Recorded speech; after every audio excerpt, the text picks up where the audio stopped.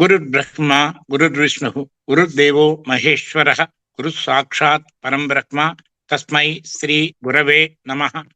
అఖండ మండలాకారం వ్యాప్తం ఏన చరాచరం తత్పదం దర్శితం ఏన తస్మై శ్రీ గురవే నమః. ఇప్పుడు దీంతో పాటు చాలా కామన్ గా చాలా మంది ఎక్కువ మంది వాడే శ్లోకాలు అనేక ఉన్నాయి. కానీ నేను మొదటి నుంచి చెప్పేది కొన్ని ముఖ్యమైన విషయాలు మాత్రమే నేను చెప్తూ ఉంటాను. ఇప్పుడు నాకు భగవద్గీత 701 శ్లోకాలు రావటమే కాకుండా దాంతో అష్టావధానం అనే ప్రక్రియ కూడా చేయటం జరిగింది. మీరేం చేయకండి. అష్టావధానం అంటే ఎక్కడ ఏ మూల ఒక శ్లోకంలో ఒక పదం అడిగినా కూడా ఆ శ్లోకం ఏంటి, అర్థం ఏంటి, తాత్పర్యం ఏంటి, అట్లా అనేక రకాలుగా 8 రకాలుగా ఏది అడిగినా అట్లా చెప్పడం.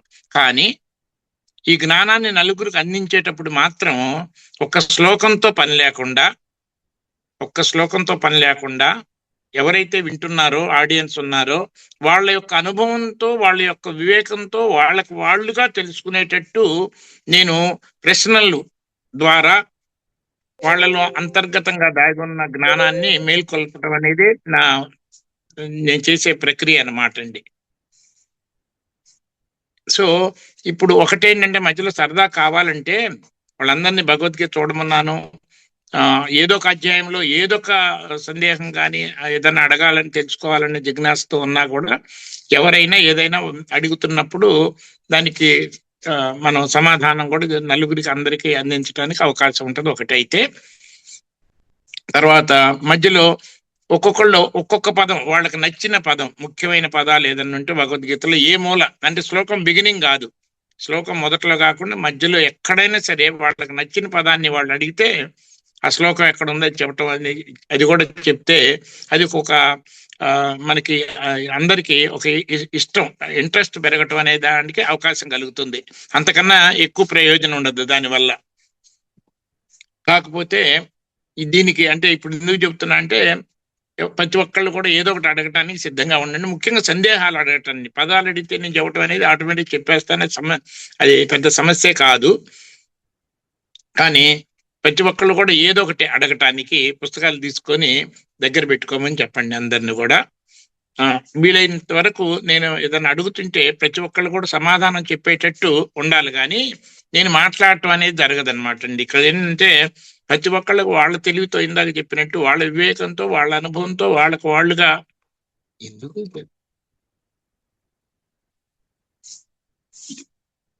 వాళ్ళ వివేకంతో వాళ్ళ అనుభవంతో వాళ్ళుగా తెలుసుకోవటం కోసం. కాబట్టి నేను అడిగిన ప్రశ్నలకు వాళ్ళు సమాధానం చెబుతుంటే వాళ్ళ తెలివి ఏం చెప్తుంది, వాళ్ళ అనుభవం ఏం చెప్తుంది అనేది నలుగురు కూడా తెలుస్తుంది అన్నమాట. ఒకళ్ళకే కాదు, ఒకళ్ళు సమాధానం చేస్తే అది నలుగురు కూడా తెలుస్తూ ఉంటుంది. అందరూ సమాధానం చెప్పాలి అనేది నా ఉద్దేశం అన్నమాట. అందుకని ప్రతి మాటని జాగ్రత్తగా వినటం, ఊరికనే కూర్చోవటం అనేది కాకుండా. అయితే ముందు స్టార్టింగ్ లో నేను చెప్పేది ఏంటంటే ఈ 2 శ్లోకాలు మాత్రం నేను చదివాను. ఇప్పుడు అసతోమ అసద్గమయ తమసోమ జ్యోతిర్గమయ ఇలాంటి శ్లోకాలు ఉన్నాయి. ఓం త్రయంబకం యజామహే సుగంధిం పుష్టివర్ధనం అనే శ్లోకాలు ఉన్నాయి. సహనావతు సహనౌ గుణత్తు సహవీరి అని ఉన్నాయి. అవన్నీ పక్కన పెడుతున్నాం అనమాట. మెయిన్ గా నేను తీసుకున్న శ్లోకాలు ఏంటంటే గురుర్బ్రహ్మ గురుర్విష్ణు గురుర్దేవో మహేశ్వర గురు సాక్షాత్ పరం బ్రహ్మ తస్మై శ్రీ గురవే నమః అదొకటి. అఖండ మండలాకారం వ్యాప్తం ఏన చరాచరం తత్పదం దర్శితం ఏన తస్మై శ్రీ గురవే నమః. అయితే ఇప్పుడు ఈ శ్లోకాలు అందరికి తెలిసిన విషయమే. కేవలం చదువుకుంటే ప్రయోజనం చాలా తక్కువ ఉంటుందని దీన్ని కూడా నేను అడగాలి అందరినీ. అందరు చెప్పే సమాధానాలే నేను చెప్తున్నా. కొన్నిటికి మరీ ప్రతిదీ అడగటానికి ఇంకా రెడీగా ఉండాలని సమాధానాలు. సో కేవలం చదువుకుంటే ప్రయోజనం చాలా తక్కువగా ఉంటుంది. అర్థం చేసుకొని చదువుకుంటే ప్రయోజనం ఎక్కువ ఉంటుంది. అర్థం చేసుకున్న దాన్ని ఆచరణలో పెట్టినప్పుడు ప్రయోజనం ఇంకా ఎక్కువ ఉంటుంది. కాబట్టి ఈ రోజున ప్రతిదీ కూడా అర్థం చేసుకోవటానికి చూడండి, కానీ ఏదో నేను చెప్పటం వింటం కాదు, మీరు ఇండివిజువల్ గా చెప్పినప్పుడే. ఇప్పుడు ఇక్కడ ఏంటంటే అఖండ మండలాకారం వ్యాప్తం ఏన చరాచరం తత్పదం దర్శితం ఏన తస్మై శ్రీ గురవే నమః. అంటే అన్ని రకాలుగా సృష్టిలో 800 కోట్ల మంది మనుషులే కాకుండా 100 కోట్ల ఆ, జన అనేక జీవులే కాకుండా రాళ్ళు రప్పలతో సహా అన్లిమిటెడ్ ఇది ఉన్నా సరే ఆ మొత్తంలో ఒక చైతన్యం ఉన్నది. ఆ చైతన్యం అందులో ఏకంగా అఖండ మండలాకారం అంటే ఇన్ని విడివిడిగా ఉన్నా, అంటే ఇంతమంది మనుషుల గురించి మనం ఎక్కువ మాట్లాడదాం. ఇంతమంది మనుషులు ఉన్నా విడివిడిగా కాకుండా అందరిలో ఏకంగానే, ఖండం అంటే విడివిడిగా, అఖండం అంటే ఏకంగా ఉండి అందరిలోనూ ఏకంగా ఉన్న ఆ చైతన్యాన్ని, అందరిలో అంటే నేను మనుషుల వరకే లిమిట్ చేస్తున్నాను, జంతువులని కూడా అర్థం అన్నమాట అండి. సో ఆ చైతన్యాన్ని తెలియజేసే ఆ గురువు గారికి నమస్కరిస్తున్నాను అనేది 2వ శ్లోకం యొక్క అర్థం అన్నమాట. అఖండ మండలాకారం వ్యాప్తం ఏన చరాచరం, కదిలే వాటిల్లోనూ కదలని వాటిల్లోనూ వ్యాపించి ఉన్నది అఖండంగా ఏకంగా. తత్పదం దర్శితమైన ఆ చైతన్యాన్ని దర్శింపజేసే గురువు గారికి నమస్కరిస్తున్నాను అనేది ఈ శ్లోకం యొక్క అర్థం. మరి ఇప్పుడు మీరందరూ అందరిలో ఉన్నది ఏకంగా ఉన్నది దాన్ని తెలుసుకునే అంటానికి సిద్ధంగా ఉండాలి కదా. హలో, ఎవరు మాట్లాడతారు? ఒక్కళ్ళన్నా మాట్లాడాలి. హలో హలో, ఎంతమంది ఉన్నారండి? ఇందులో ఇంత ముందు కూడా నేను మొదలెట్టాను, కొంచెం స్టార్టింగ్ అయితే సేమే ఉంటుంది. ఉదాహరణకి మొదటి శ్లోకంలో గురు బ్రహ్మ గురు విష్ణు గురుదేవో మహేశ్వర గురు సాక్షాత్ పరబ్రహ్మ అన్నప్పుడు గురు బ్రహ్మతో స్టార్ట్ అయ్యి పరబ్రహ్మతో ఎండ్ అయింది. బ్రహ్మకి పరబ్రహ్మకి తేడా ఏంటి అనేది స్పష్టంగా తెలుసుకుంటే ఆ యొక్క శ్లోకం చదవటం వల్ల ప్రయోజనం నిజంగా ఉంటది అనమాట. సో బ్రహ్మ అనేది ఒక అంశాత్మగా తీసుకునేటట్లయితే మనం పరబ్రహ్మ అనేది మొత్తము కూడా పూర్ణాత్మగా తీసుకోవచ్చు సార్. పరబ్రహ్మలోనే అన్నీ ఉన్నాయి అని. పూర్ణాత్మ అంటే సృష్టి మొత్తం అందరిలోనూ సమానంగా ఉన్నది, అంతే కదా? అంటే అవును సార్, ఏకత్వం. అంటే ఒకటే ఉన్నది అని. బ్రహ్మ విష్ణు మహేశ్వరులకి బాధ్యతలు ఉన్నాయి. అవును సార్. ఆ బాధ్యతలు నెరవేర్చుకోవడానికి బ్రహ్మకేమో సరస్వతి జ్ఞాన రూపంలో ఉంది, విష్ణువుకేమో ధన రూపంలో లక్ష్మి ఉంది, శివుడికేమో శక్తి రూపంలో దుర్గాదేవి పార్వతి ఉన్నది. వాళ్ళ బాధ్యతలు వాళ్ళకి సంసారాలు కూడా ఉన్నాయి, వ్యవహారాలు ఉన్నాయి ఇవన్నీ. కానీ పరబ్రహ్మకి ఏం బాధ్యతలు ఉన్నాయి? ఏమీ లేవు. అసలు పరబ్రహ్మ ఎక్కడ ఉంటాడు?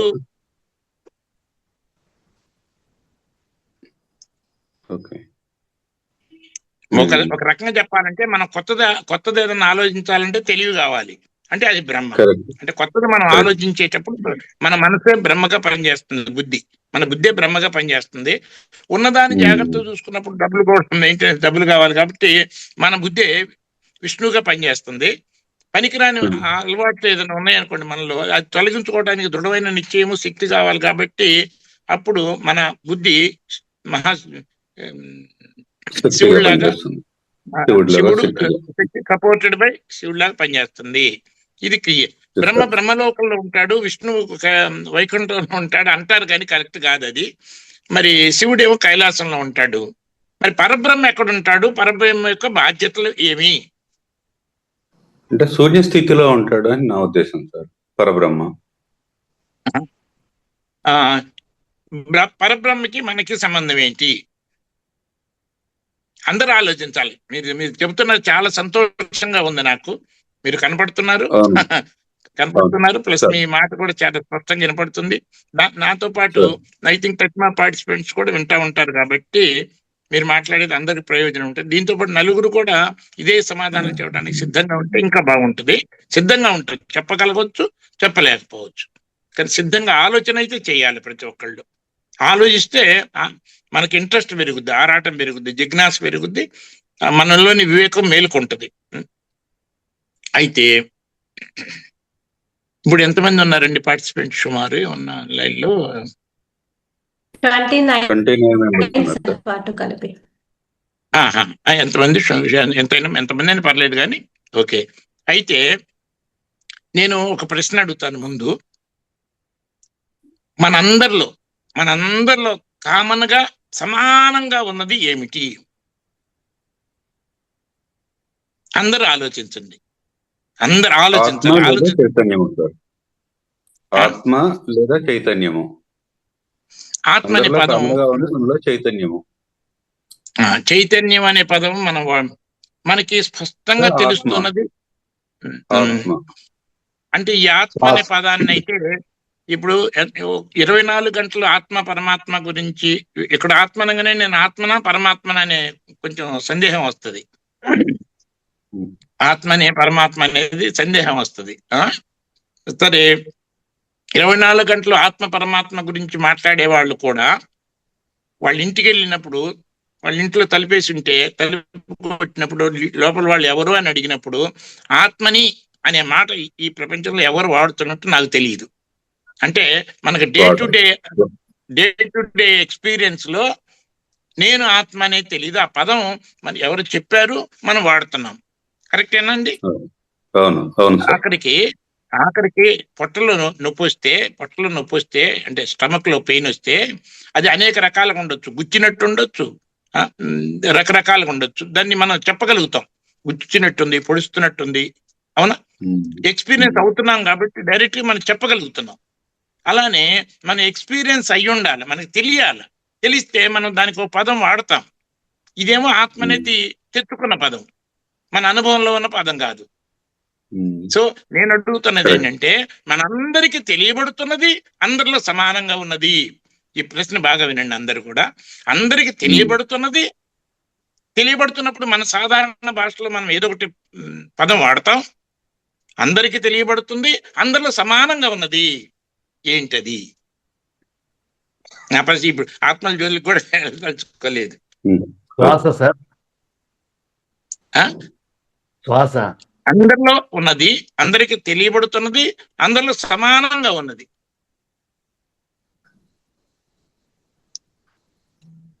శ్వాస తీసుకోవడం. ఆలోచించండి. శ్వాస తీసుకోవడం సార్. ఏమండి, ఒకటి చెప్పనా? జీవం సార్. అది కాదు, మీకు అసలు బుద్ధి లేదు అన్నాను అనుకోండి. అంటే చెప్పండి.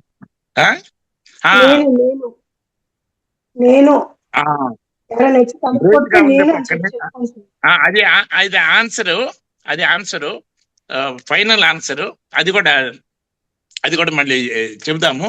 మరి ఈసారి కనపడ్డారు, మళ్ళీ కనపడకుండా పోయారు. ఏది బుద్ధి లేదనేసరికి. అంటే ఏంటంటే, ఎవరన్నా మనకి అవమానంగా మాట్లాడారనుకోండి, బాధ కలుగుతుంది, కోపం వస్తుంది. అవునా? మనస్సు సార్, బాధ కలిగి కోపం వచ్చినప్పుడు ఈ శ్వాస కూడా మారుతుంది. కరెక్టేనా? సో ఏది శ్వాస మారుతున్నప్పుడు, మీరు ప్రశాంతంగా ఉన్నప్పుడు శ్వాస ఒక రకంగా ఉంది. అవునా? బాధలోను కోపంలో ఉన్నప్పుడు ఇంకో రకంగా ఉంది. అంటే శ్వాస మారుతుంది. మరి మీరేమో కోపంతో ఉండి శ్వాస ఎక్కువగా ఉంటే, మీ మిస్సెస్ ఏమో ప్రశాంతంగా ఉండి శ్వాస, ఇద్దరు శ్వాసలు సమానంగా లేవుగా. అవునా? సమానంగా ఉన్నది అంటే మార్పు కూడా మారేది ఏది సమానంగా ఉండదండి. మారేది ఏది సమానంగా ఉండదు. మార్పు లేనిదే సమానంగా ఉంటుంది. అవునా? అందరికి తెలుస్తున్నది, మార్పు లేకుండా ఉన్నది. మేడం చెప్పారు కానీ కాసేపు ఆ సమాధానం పక్కన పెడుతున్నాను. ఎందుకంటే ప్రతి వాళ్ళు మీ ఆలోచనతో మీకు తెలిస్తే, ఒకళ్ళు చెప్పిన దానికన్నా మేడం చెప్పింది కరెక్టే, కానీ ఒక్క నిమిషం ఆపుతున్నాను అనమాట. ప్రతి ఒక్కళ్ళు కూడా అండర్స్టాండింగ్ రావాలి కదా. ఇది ఒకటి తెలిస్తే, అసలు శ్లోకం ఉంది కదా, అఖండ మండలాకారం వ్యాప్తం ఏన చరాచరం తత్పదం దర్శితం ఏన తస్మై శ్రీ గురవే నమః అన్నప్పుడు దాని మీనింగ్ ఉంటుంది. అవునా? అది తెలియజేయటం. నేనేమో నా ప్రశ్నలు మీ వివేకం, మీ అనుభవం. ఓకే, అయితే ఇప్పుడు కొంచెం సిస్టమేటిక్ వెళ్దాం. పైన ఆన్సర్ మేడం చెప్పింది కరెక్ట్ అయినా ఎట్లా అంటే, ఇప్పుడు ప్రతి ఒక్కళ్ళు ఉన్నారు కదా, మీకు మీ చిన్నప్పుడు చిన్నప్పుడు 5 సంవత్సరాలు అనుకుందాం, 5 సంవత్సరాలు లేదా 6 సంవత్సరాలు 1వ తరగతిలోనో ఎందులో జాయిన్ అయినారు, 6th క్లాస్ 1st క్లాసు. అప్పుడు మీ ఫోటో ఉందనుకోండి, 5 years ఏజ్ అప్పుడు మీ ఫోటో ఉందనుకోండి. అందరు కూడా, మీ ఒక్కళ్ళు కాదు, అందరు కూడా చెప్తున్నా, మీ 5 సంవత్సరాల వయసు ఉన్నప్పుడు, సుమారు 5 సంవత్సరాలు అవసరం లేదు, ఆ చిన్నప్పుడు మీ ఫోటో ఒకటి మీ ముందుంటే దాన్ని చూసి మిమ్మల్ని అడుగుతుంటే అప్పటి నుంచి ఇప్పుడు దాకా మీ ఎత్తు మారిందా, సేమ్ ఉందా అంటే మారిందనే చెప్తారు. లావు మారిందా అంటే మారిందని చెప్తారు. బరువు మారిందంటే మారిందని చెప్తారు. డ్రెస్ మారిందంటే మారిందనే చెబుతారు. యాక్చువల్లీ మీరు చెప్పాలి, మీ అందరి తరపున నేనే చెప్తున్నా. తర్వాత ఇప్పుడు కూడా శరీరం లోపల ఎన్నో కణాలు చనిపోతున్నాయి, ఎన్నో కణాలు పుడుతున్నాయి, అంటే ఇప్పుడు కూడా మారుతుంది. సో మారేయన్నీ అందరి శరీరాల్లో, ఈ శరీరానికి తేడా ఉంది, ఆ శరీరానికి తేడా ఉంది, ఈ ఎత్తుకు తేడా ఉంది, ఆ ఎత్తుకు తేడా ఉంది, ఈ లావుకు ఆ లావుకు తేడా ఉంది. ఇప్పుడు కూడా మరి బరువు విషయంలో ఇప్పుడు కూడా ఎన్నో కణాలు చచ్చిపోతున్నాయి, ఎన్నో కణాలు పుడుతున్నాయి, అందులో కూడా తేడా ఉంటుంది. సరే, ఇవన్నీ మారుతున్నాయి కదా, మారే ఏది సేమ్ ఉండవు. మనిషికి జంతువుకి తేడాలు ఉంటాయి. మరి మనసు నా మనసు ఇప్పుడు బాగాలేదు, తర్వాత మాట్లాడదా ఉంటాం. మన మనసే మన 5 నిమిషాల తర్వాత సేమ్ ఉండదు. అలాంటప్పుడు మన మనసు వేరే వాళ్ళ మనసుతో ఎగ్జాక్ట్గా ఎప్పుడు ఏదో ఒక విషయంలో టెంపరీగా ఏకీభవించవచ్చు, కానీ ఈ మనసు మారుతుంది, ఆ మనసు మారుతుంది. కాబట్టి మారే మనసులు సేమ్ ఉండడానికి అవకాశం లేదు. సరే, ఇక బుద్ధి అంటారా, బుద్ధి లేక పనిచేశాను, ఇప్పుడు బుద్ధి వచ్చిందంటే మరి ఆ మారే బుద్ధి కూడా తేడాలు ఉన్నాయి. అవునా? ఒకళ్ళ బుద్ధి ఇట్లా ఆలోచిస్తుంటే ఇంకొకళ్ళ బుద్ధి ఇట్లా ఆలోచిస్తుంది. సో వీటన్నిటిలో మారే ఎత్తు, మారే లావు, మారే మనసు, మారే బుద్ధి, మారే డ్రెస్సులు, మారే ఫ్రెండ్స్ కూడా మారుతున్నారు. చిన్నప్పుడు ఫ్రెండ్స్ ఏం లేరు. అందరంటే ఒకే ఇష్టం, ఒకే రకంగా ఉండదు. మనకి ఇష్టాలు కూడా సేమ్ ఉండవు. సమాచారం కూడా మారుతూనే ఉంటది. ఇన్ని మారుతుంటే మారే వీటన్నిటిలో ప్రతి ఒక్కళ్ళలో తేడానే ఉండనే ఉంది. మరి అందరికీ తెలియబడుతున్నది, మార్పు లేకుండా ఉన్నది, సమానంగా ఉన్నది అందరిలో ఏంటి? ఇప్పుడు మేడం సమాధానం పక్కన పెడదాం. ప్రతి ఒక్కళ్ళు మీరు ఆలోచించి, మీరు కూడా ఇండిపెండెంట్ గా గ్రహించి చెప్పాలి కదా.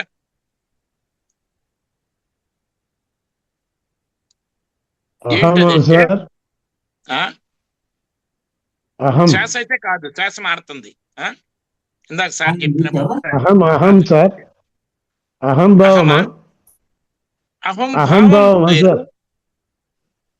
అహంభావం వేరు, అహం వేరు. అహం అంటే కొన్ని లక్షణాలతో, అహంభావం అంటే కొన్ని లక్షణాలతో ఉన్న అహం. అహం అంటే నేనే. ఇందాక మేడం చెప్పారు కదా నేనని. అహమన్నా నేనన్నా ఒకటేనండి. అహంభావం అంటే మళ్ళీ ఇండివిజువల్కి వస్తుంది. జనరల్ గా దేనికి వాడతారు అహంభావాన్ని అంటే, అరే నేను గొప్ప అనే దానికి వాడతారు అహంభావం అనే పదాన్ని. కానీ అహం అంటే తప్పు లేదు. అహమన్నా నేనన్నా ఒకటే. అదే అయితే అందరికి అవగాహన మళ్ళీ ఒక చిన్న కొంచెం, ఎందుకంటే చాలా క్రిటికల్ విషయం కాబట్టి ఆలోచించిన వాళ్ళు మళ్ళీ ఫ్రెష్ గా ఆలోచించిన, సెకండ్ టైం ఆలోచించిన తప్పులేదు కాబట్టి మళ్ళీ అడుగుతున్నాను. మరి ఇన్ని మారుతానే ఉన్నాయి కదా, అహంభావం కూడా మారుతా ఉంటదండి. చూడు, నన్నే అంటావా నువ్వు, ఇంతటి నన్నే అంటావా అని, అది కూడా అహంభావమే. అంటే కానీ ఆ పదంలో, అహం అనే పదంలో తప్పు లేదు, అహంకారంలో తప్పు ఉంది. అహంభావం అనేటప్పుడు కూడా కొన్ని లక్షణాలు తెచ్చుకొని ప్రదర్శించే ప్రయత్నం చేస్తున్నారు. ఆ లక్షణాలు కూడా మారుతా ఉన్నాయి అన్నమాట. ఇప్పుడు సేమ్ 5 సంవత్సరాలు అప్పటి నుంచి ఇప్పుడు దాకా చూస్తే అన్ని మారిపోయినాయి కదా. అన్ని మారిపోయినప్పుడు ఆ ఫోటో చూపిస్తే ఆ ఫోటోలో ఉన్న ఆ నేను వేరు, ఈ నేను వేరు అని అంటారా? ఆ నేనే ఈ నేనంటారా? నా ఎత్తు మారింది, నా లావు మారింది, నా బరువు మారింది, కానీ నేను ఆ నేనే ఈ నేనంటారా? ఆ నేను వేరు, ఈ నేను వేరంటారా? ఎవరన్నా చెప్పండి. ఏది మారదు సార్. నేననేది మారలేదు కదా. నేననేది ఒక్కటే కదా మార్పు లేనిది.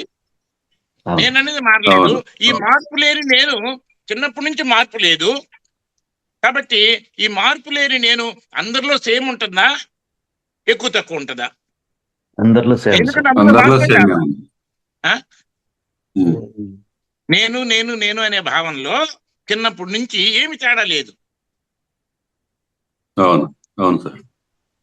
తర్వాత ఎత్తు లావు బరువు ఇదే కాకుండా ఇల్లు వాకిలి, మరి దాన్ని ఏమంటారు, ఉద్యోగము, ఆ, ర్యాంకు, వ్యవసాయము, అనేక రకాల మనం ఉన్నాయి కదా. నేను ఈ ఉద్యోగం చేస్తున్నాను, నేను ఇంత ఆస్తిపరుణ్ణి, ఆ, నాకు నాకు ఇద్దరు పిల్లలు ఉన్నారు. ఇవన్నీ కూడా ఎప్పుడు కూడా మనసులో ఉండవు కదా. కరెక్టేనా? అవును సార్, కరెక్టే సార్. ఏదైనా ఆఖరికి ఏ ఒక ఎంత ఎంత ఎంత ఎక్కువ ఇష్టం మీకు ఉన్న ఒక సొంతంగా మీ మనవడే అనుకోండి, మీ మీ చాలా ఇష్టంగా కొనుక్కున్న మీ కారో స్కూటరా అనుకోండి, చెప్తున్నా, నంబర్ 1 ఇష్టమైనప్పటికీ అది ఎప్పుడు మీ మనసులో ఉండదు, వచ్చిపోతుంది. కరెక్టేనా? కరెక్టే సార్. ఆఖరికి మీ కలర్, ఇది మీ ఫేస్ లో కలర్ ఎట్లా ఉందనేది మీకు ఎప్పుడు మనసులో ఉంటుందా? ఉండదుగా. ఉండదు సార్. మీ మీసాలు చక్కగా ఉన్నాయి, అద్దంలో చూసుకున్నప్పుడు, తర్వాత ఎప్పుడన్నా ఎవరైనా మాట్లాడినప్పుడు గుర్తుంటాయి, కానీ నార్మల్ గా మీసాలు గుర్తుంటాయా? చక్కగా బొట్లు పెట్టారు, నాకు కనబడుతుంది, కానీ మీకు ఎప్పుడు మీరు పెట్టుకున్న బొట్టు మీకే గుర్తు రాదు కదా. ఇప్పుడు కదా, అప్పుడప్పుడు గుర్తు వస్తుంది, కానీ ఎప్పుడు గుర్తు రాదు కదా. అవునా? ఎంత ఇష్టమైన వాళ్ళైనా సరే మీ నోట్లో పళ్ళు ఎన్ని ఉన్నాయంటే కరెక్ట్ చెప్పరు కూడా చెప్పలేరు. అంటే నా బయట విషయాలు ఏదైనా, నా ఎత్తు అనేది ఎప్పుడు గుర్తుంటుందా? నా లావు ఎప్పుడు గుర్తుంటుందా? నా బరువు ఎప్పుడు గుర్తుంటుందా? నా కలర్ ఎప్పుడు గుర్తుంటుందా? నా ఇష్టాలన్నీ ఎప్పుడు గుర్తుంటాయా? నాకు ఏది గుర్తుంటలేదు కదా. ఆఖరికి ఇంకోటి కూడా అడుగుతున్నాను, నేను నేను మగ అనేది కూడా ఎప్పుడు గుర్తుంటుందా? ఏం చేస్తున్నావు అంటే తింటున్నాను అనుకుంటారు. తింటున్నాను, వింటున్నాను, మాట్లాడుతున్నాను, కూర్చున్నాను అంటారు, కానీ మగనేం తింటున్నాను, ఆడనేం తింటున్నాను అనే భావం ఉండదు కదా ఆ టైంలో. అవునా? ఉన్నాననే భావం లేదు కదా. ఏం చేస్తున్నాను? వింటున్నాను, కూర్చున్నాను, తింటున్నాను, మాట్లాడుతున్నాను, వంట చేస్తున్నాను. ఉన్నాను అనేది ప్రతి మాటలో ఉన్నది, ఆధారంగా ఉన్నది, కానీ తచ్చిమా ఏది కూడా ఎప్పుడు ఉండట్లేదు. ఆఖరి నేను నేను మగ అనేది కూడా ఎప్పుడు ఉండట్లేదు. మన ఇష్టాలు కూడా ఎప్పుడు గుర్తుంటలేదు. ఎప్పుడు మనకు ఆధారంగా తెలియబడుతుంది ఏంటంటే ఉన్నాను, తింటూ ఉన్నాను, కూర్చున్నాను, నించున్నాను, కదులుతున్నాను, మాట్లాడుతున్నాను, సైలెంట్ గా ఉన్నాను, ఏం చేయకుండా ఉన్నాను, ఊరికే ఉన్నాను. అవునా? ఉన్నాను అనే స్పృహ లేకుండా ఈ మనసుకి ఎప్పుడు లేదు.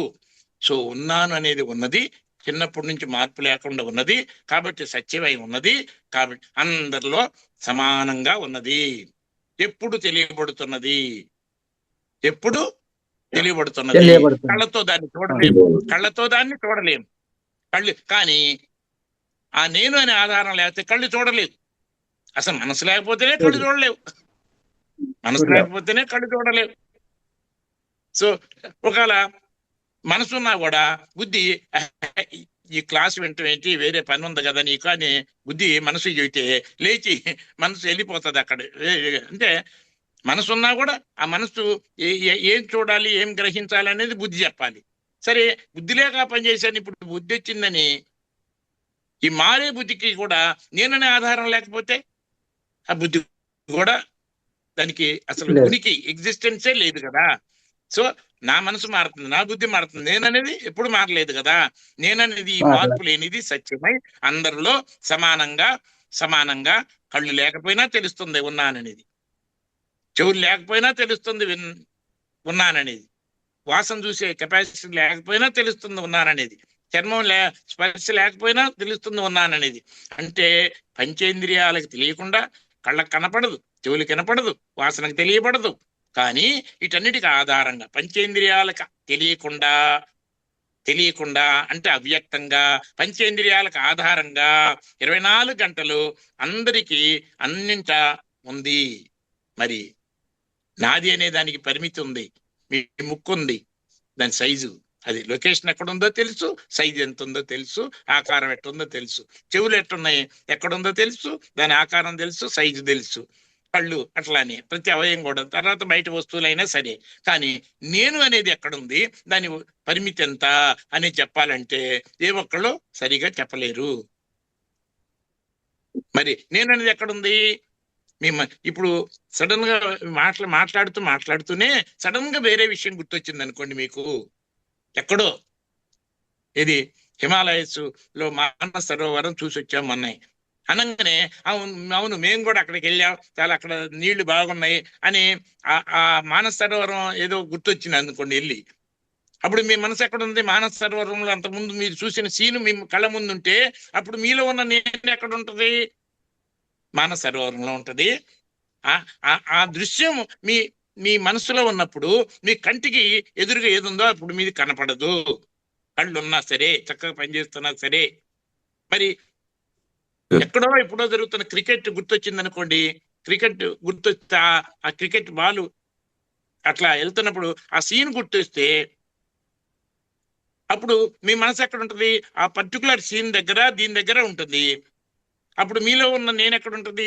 ఎదుటివాడు చెప్పేది వినపడదు, ఎందుకంటే ఆ సీన్ గుర్తు తెచ్చుకుంటున్నారు, ఇంట్రెస్టింగ్ గా ఉన్నారు, అబ్బా బాగా కొట్టాడు అన్నప్పుడు మీ మనసు ఆ క్రికెట్ గ్రౌండ్ ఆ కెమెరా పెట్టిన దగ్గర ఉంటుంది. కరెక్ట్ చెప్పాలంటే మీ మనసు అక్కడ ఉంటే మీలో ఉన్న నేను ఎక్కడ తెలియబడుతుంది? అక్కడ తెలియబడుతుంది, కానీ ఈ శరీరంలో తెలియబట్టలేదు.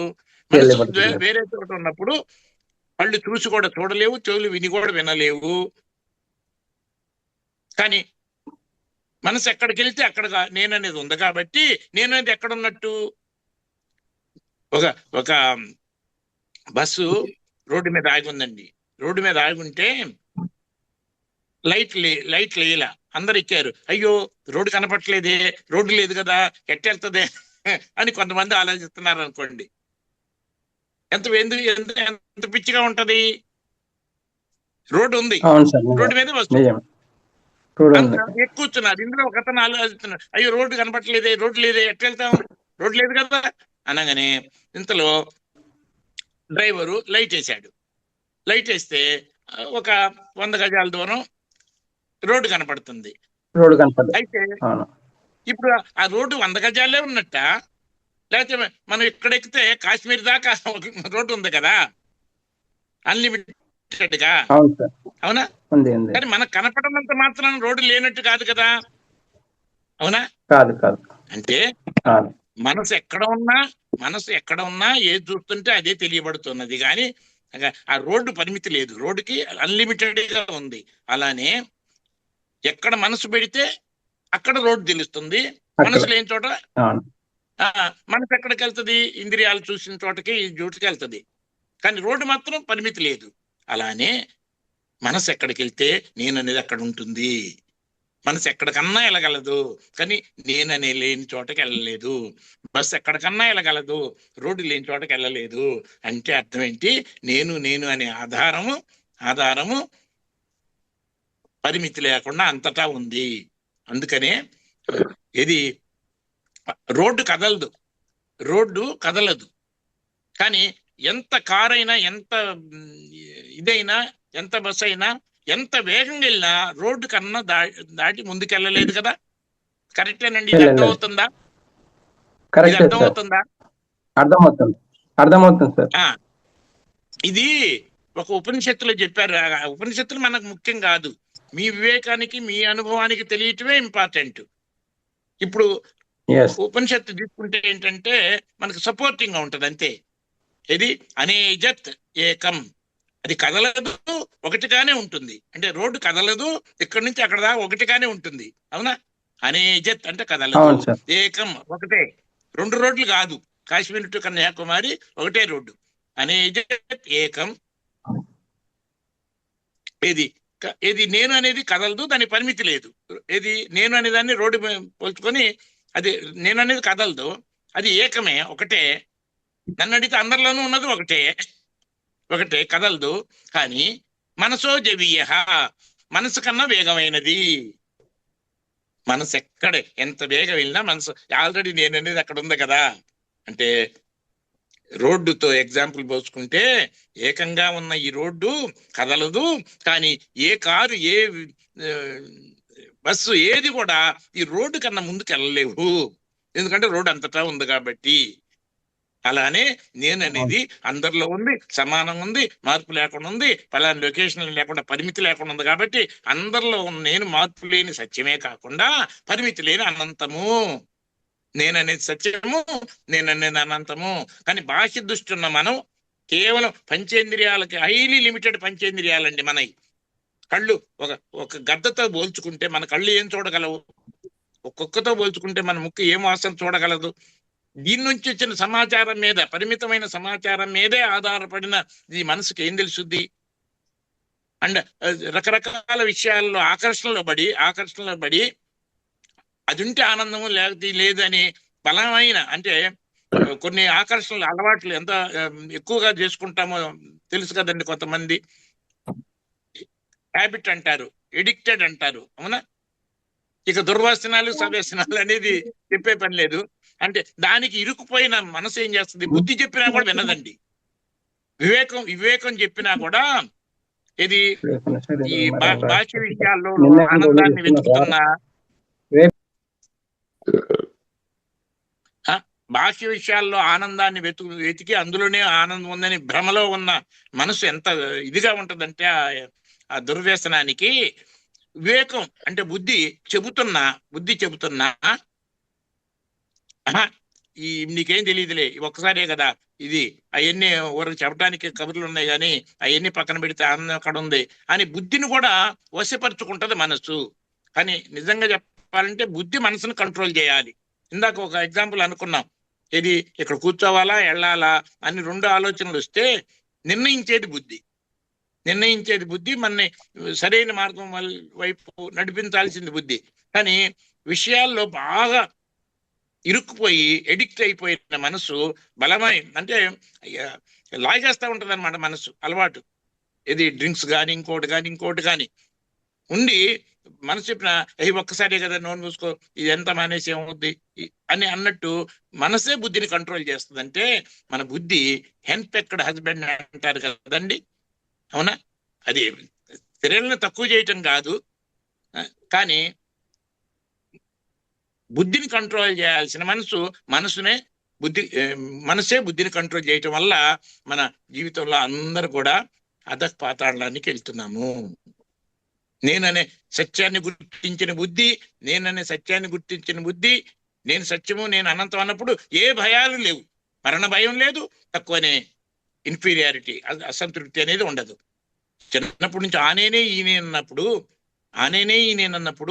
మధ్యలో నా ఆస్తి తక్కువైతే నేను తక్కువయ్యానన్న ఆలోచన ఎంత అజ్ఞానం. తర్వాత నా జుట్టు తక్కువ ఊడిపోతే నేను తక్కువనే నలుగురేమని అనుకుంటారేమో, నలుగురేమని అనుకుంటే నేను తక్కువ అయిపోతానేమో, నాకు పరుగు పోతే నేను పోయిందని. అసలు నేననేది ఎప్పుడు మార్పు చెందదు కదా. ఆనేనే ఈయనైనప్పుడు, నేను సత్యమైనప్పుడు దానికి తక్కువ అనేది ఉండదు కదా. మరి ప్రపంచంలో అందరూ కూడా ఈ జ్ఞానం లేక నాదేదో తక్కువైతే నేను తక్కువ నరకాన్ని అనిపిస్తున్నారు. మరి మార్పు లేని నేనుకి మరణం ఉండదు కదా. మరి నా శరీరం పోతే నేను పోతానండి. నిజంగా చెప్పాలంటే శరీరం 24 గంటలు ఎన్నో కణాలు చచ్చిపోతున్నాయి, ఎన్నో కణాలు పుడుతున్నాయి. మరి నేను మరణిస్తూనే ఉన్నాను, నేను పుడుతూనే ఉన్నాను అనే భావం లేదుగా.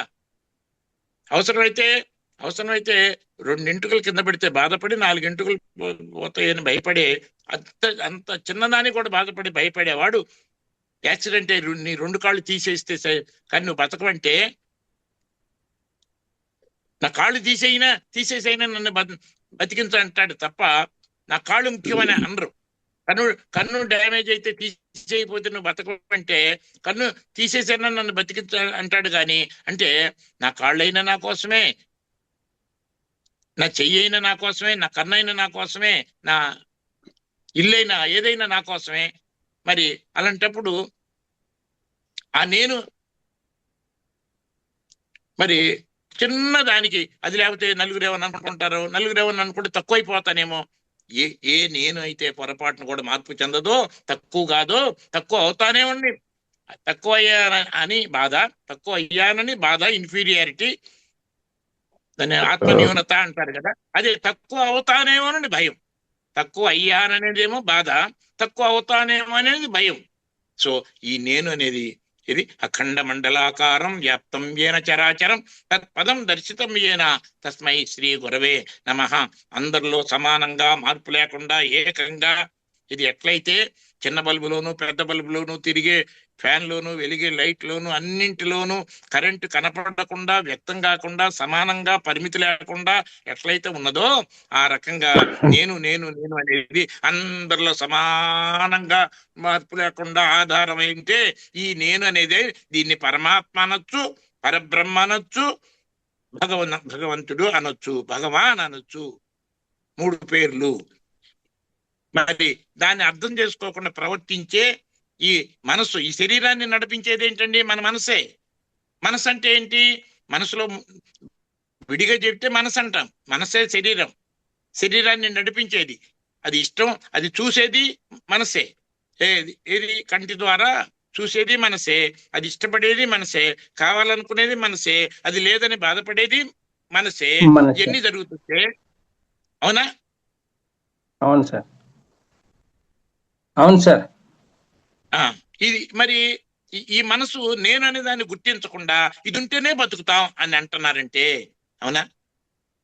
చూడండి, అసలు చిన్నప్పుడు ప్రతి పరీక్షకి ఏమండి, చిన్నపిల్లల దగ్గర నుంచి ప్రతి పరీక్ష దగ్గరకు వస్తే నేను చదివింది వస్తుంది లేదని ప్రతి పిల్లలు 90% టెన్షనే కదండి, ఒత్తిడే కదండి, అవునా? ఎందుకు? చదివింది గుర్తు రాకపోయినా, తను చదివింది రాకపోయినా మార్కులు రావు, డిగ్రీ రాదు, డిగ్రీ రాదు ఉద్యోగం రాదు, ఉద్యోగం డబ్బులు రాదు, డబ్బులు లేకపోతే బతకమని. అంటే చూడండి, చిన్న పిల్లల దగ్గర నుంచి కూడా 10th స్టూడెంట్ దగ్గర కూడా, ఇంటర్ స్టూడెంట్ దగ్గర కూడా అందరికి కూడా ఎగ్జామ్స్ అంటే ఒత్తిడి కలుగుతుందంటే అది అది అది అయితే తను అనుకున్నట్టు జరిగితే బతుకుతాను, లేకపోతే బతకలేను అనేది.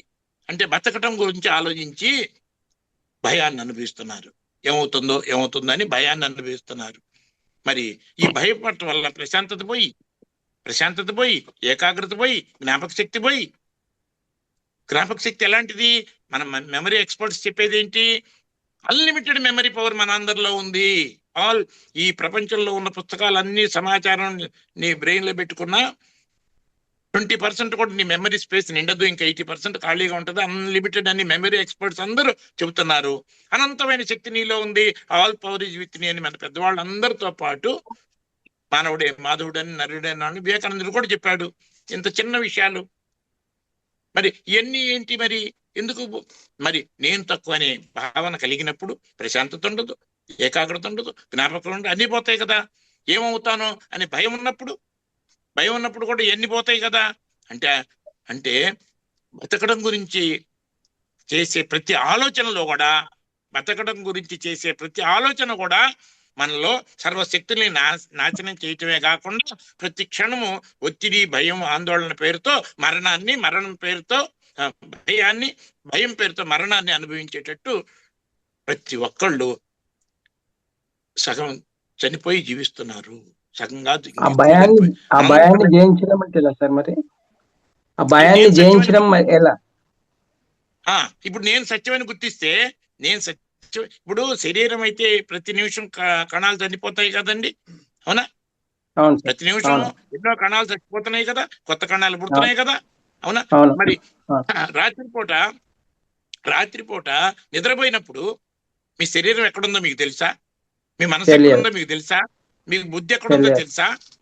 ఇన్నైనా మరి మీరు ఉన్నారు, మార్పు లేకుండా ఏ సమస్య లేకుండా ఉన్నారు, అవునా? అవును. ఇప్పుడు నిద్రపోతున్నప్పుడే గనక నేను అనేది లేకపోతే చిన్నప్పుడు ఆ నేనే ఈ నేనని ఎవరు చెప్పరు కదా, అవునండి? చెప్పరు కదా. ఆ నేనైతే కంటిన్యూ అవుతుంది, నేను కంటిన్యూ అవుతుంది.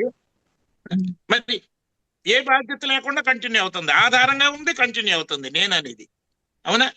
మరి కొనుక్కొని లేచేటప్పటికి మీ మనసు కొంత మారుద్ది, అవునా కాదా చెప్పండి? పొనుకొని లేచేటప్పటికి మీ బుద్ధి కొంత మారుద్ది, అవునా కాదా చెప్పండి?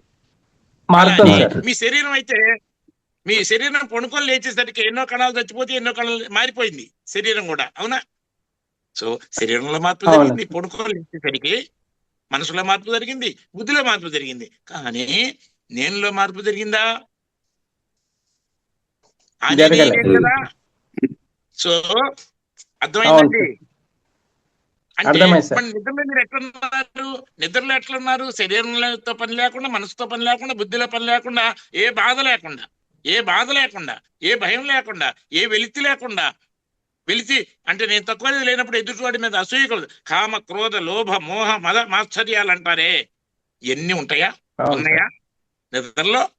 మరి మీరున్నారుగా, లేవు. మీరున్నారు, మీరున్నారు, మీరున్నారు. ఏ బాధలు, ఏ భయాలు, ఏది నేను అనేది ఉన్నది, నేను అనేది ఉన్నది.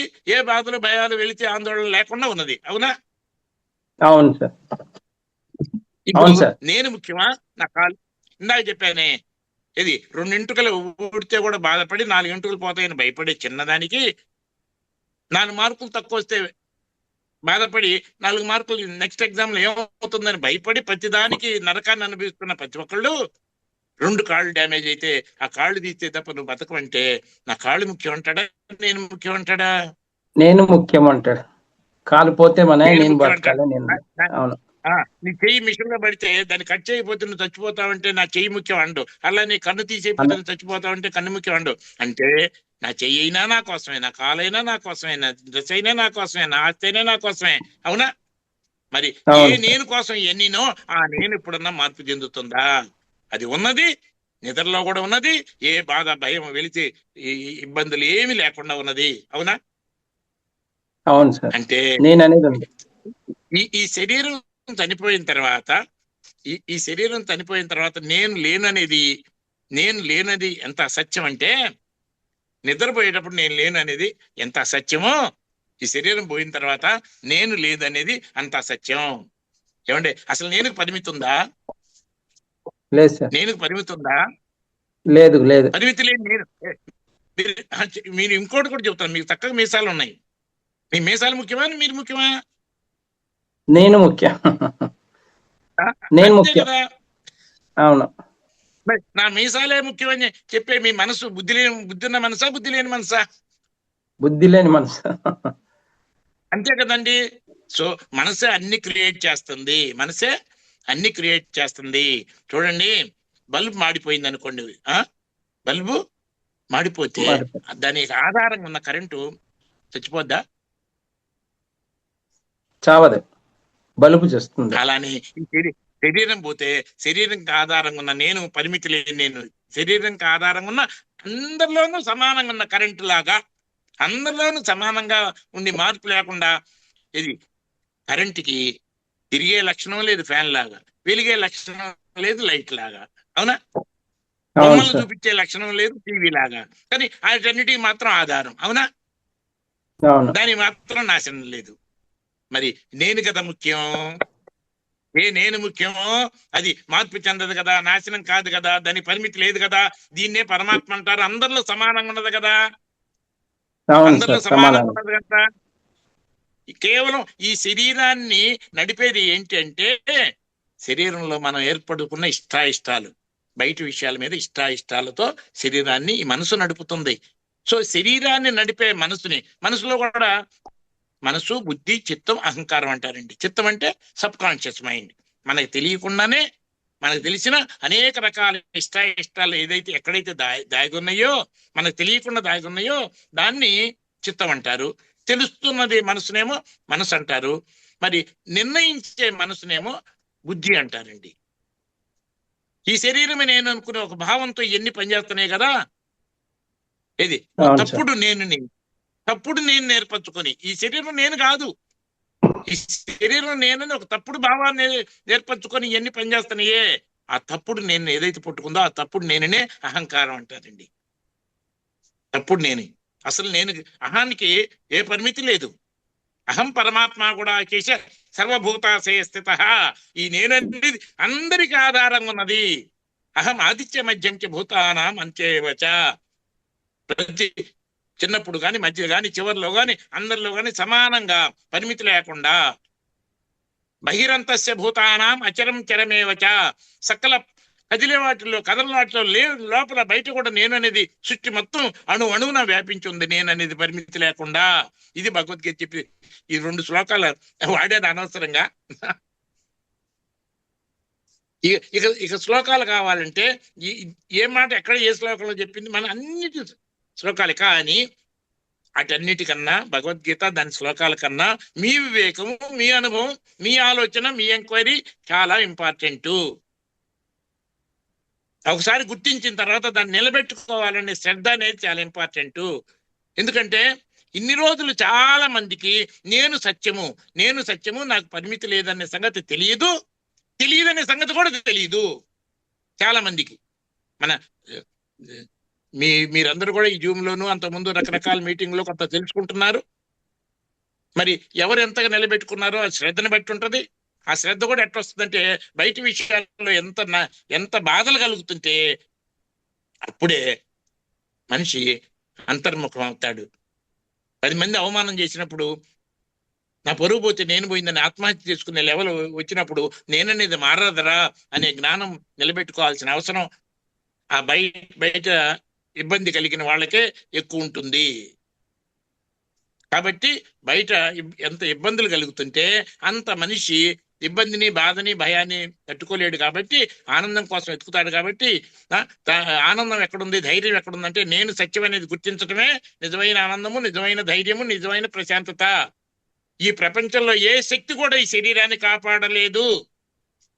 800 మంది డాక్టర్లు కాకుండా ఈ ప్రపంచంలో అందరూ కలిసి సహాయం చేసినా అదే కాదు, సకల దేవతలు సహాయం చేసినా కూడా ఈ శరీరాన్ని ఏ ఒక్కళ్ళు కాపాడలేరు. కాబట్టి ఏమాత్రం వివేకం ఉన్నవాడు ఎలా బతకాలని ఆలోచించడు.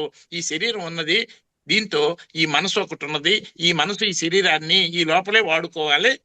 ఆ మనసులో ఉన్న కోరికలన్నీ తీర్చేసుకోవాలి, లేకపోతే తొలగించుకోవాలి. జ్ఞానం పెంచుకొని ఎదురు దెబ్బలు తగులుతుంటే ఇది కరెక్ట్ కాదు, ఇక్కడ కాదు ఆనందం ఉంది, దాన్ని నేను పక్కన పెట్టినప్పుడే నిజమైన ఆనందం నాకు కలుగుతుంది అని వివేకం పెరుగుతుంటే, ఆ వివేకం పెరుగుతున్న కొద్దీ తనలో ఇష్టాయిష్టాలన్నింటినీ తగ్గించుకుని బయట విషయాల మీద ఇష్టాయిష్టాలు ఎంతగా తగ్గించుకుంటే అంతటి ప్రశాంతత, అంతటి ఫ్రీడమ్, అంతటి స్వేచ్ఛను అనుభవిస్తారు అనేది మన అనుభవంలో తెలుస్తున్నాయి.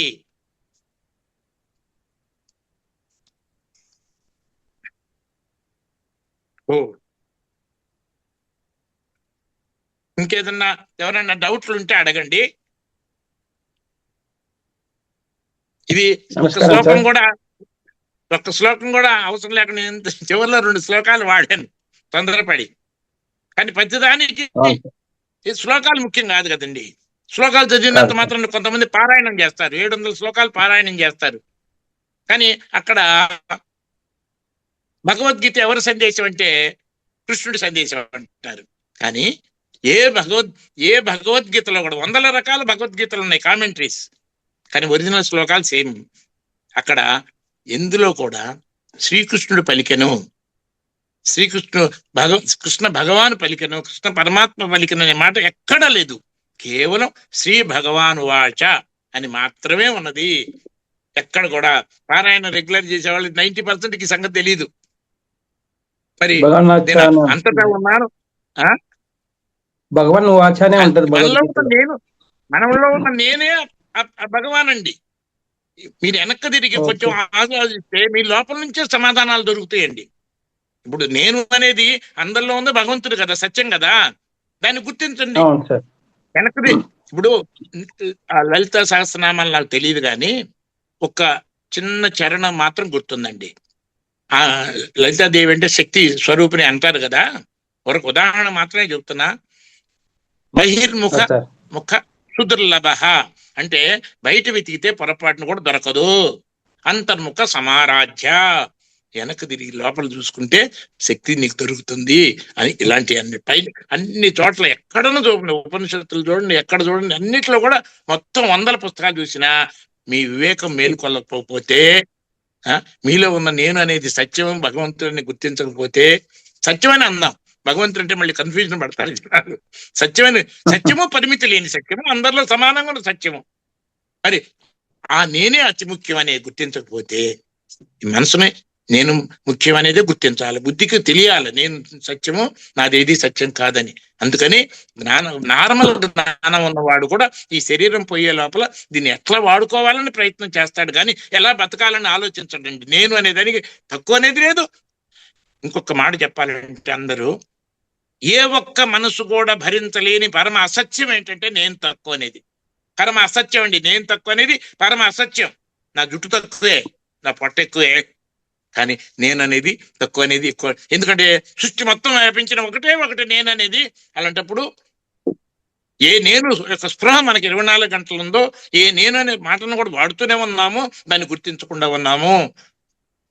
నేను తక్కువ అనేది ఏ ఒక్కళ్ళు భరించలేని పరమ సత్యం.